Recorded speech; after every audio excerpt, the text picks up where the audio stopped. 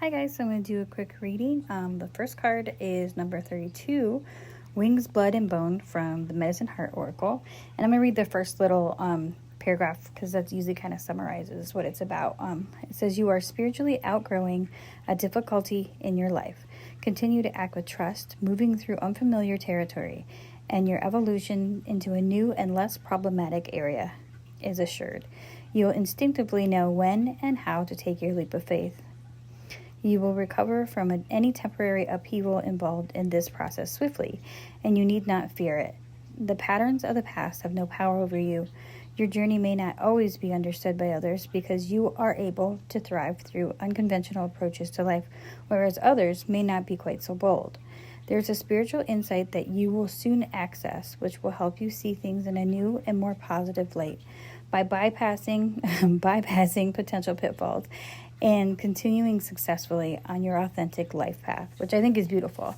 And there's another little blip in there that I'm going to read real quick that I really resonated with, and I kind of liked how she put it. And it says, fossils of the flying fish, because if you look in there, there's flying fish in there. Fossils of the flying fish date back to around 65 million years, although the ancient version of this fish was found in China in 2009. And has been dated back more than 235 million years. This older breed of fish is not genetically linked to the modern species, even though they demonstrate the same skillful means and evolutionary wisdom. Although there are valuable biological inheritances that arise through genetic bonds of blood and bone lineage, it is possible for the soul to experience powerful resonance with an ancestral lineage, culture, or tradition, even though it may be distinct from the biological legacy of the body's current lifetime. I thought that was kind of cool. So I feel like there's definitely like a nod to ancestral heritage, things that we inherited, whether that be good things like our abilities, our understandings, the things that our DNA spiritually that builds us into who we are, right? And then also there's things talking about like the things that you don't carry with us. But when she talks about the flying fish, she's talking about how they, they're not related genetically at all, but they kind of evolved in a different way. So it's kind of interesting. It's kind of like understanding that your wings, flesh, and your bone, or wings, blood, and your bone don't always make up who you are, right? Then we have the Liminal Forrest Oracle with choices. Choices feels like that's kind of like how we do kind of create our own future, right? It's whether that being from hints that we get, things in our being that kind of call us to make these choices, right? But ultimately, you have the ability to decide whether you want to make that choice, and everything you do kind of puts you on the path to the next thing. And I feel like that's also saying, whatever happened in your past, whatever happened in your family and your DNA and things around you or structurally or even society-wise, it's, ultimately what you do with that and how you choose to take the next step. And then we have pace. She has an inscription in there that says, adopt the pace of nature. Her secret is patience, from Ralph Waldo Emerson, which is beautiful. And I really feel like that's what this is. There's a lot of pentacles in here.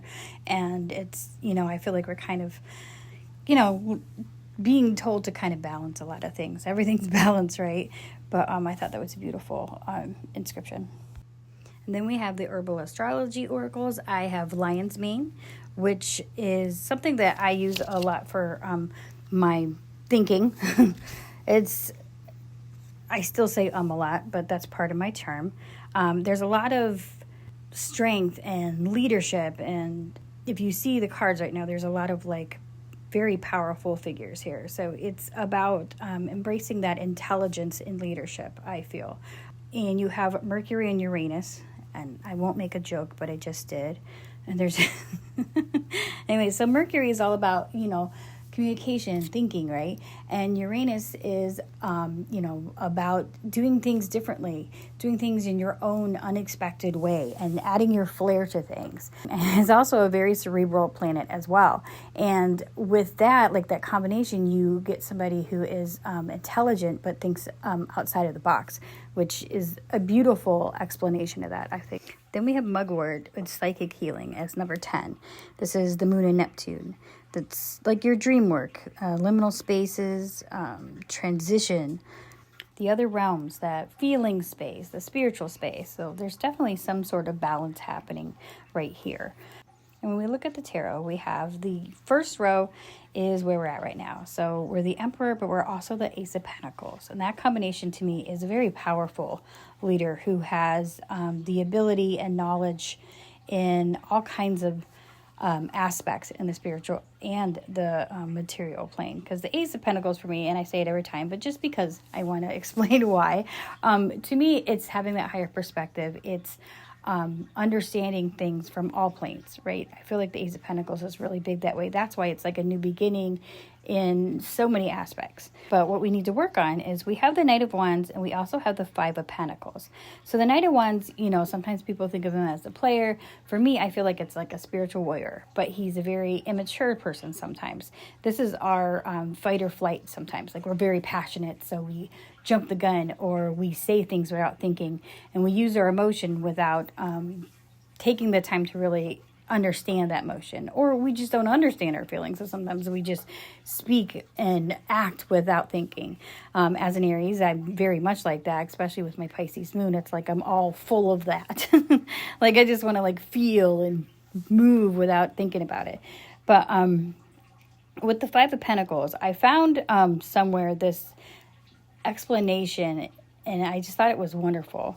And if you try to go into the different meanings of tarot, from all different types of aspects, even astrology, there's different levels and different types that tell you certain things. But they were talking about how it is linked to the Hierophant, because the Hierophant is inside of the house and the regular Rider-Waite card.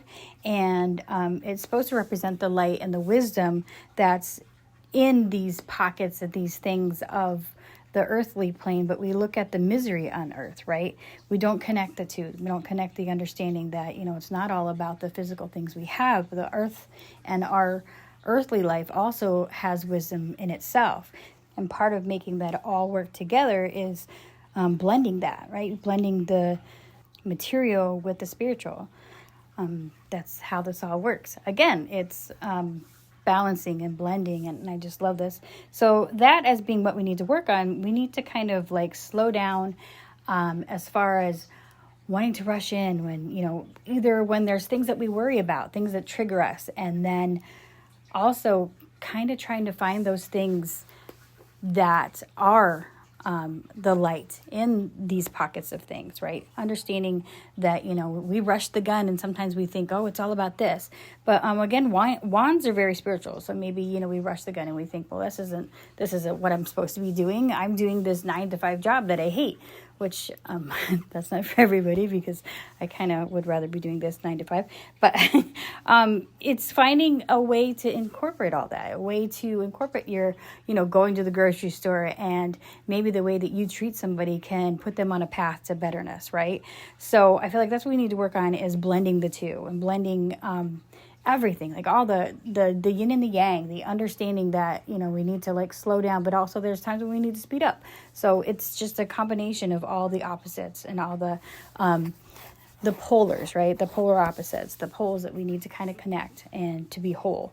And so what we have around us is we have the Ace of Cups. We have an understanding, and maybe it's new because it's the Ace of Cups, but for me, I kind of feel like it's more of like we have that. We have all the powers of water. We have the intuitiveness. We have the empathy. We have the deep spiritual waters that go within, right? It is that flowy spiritual nature of those type of things.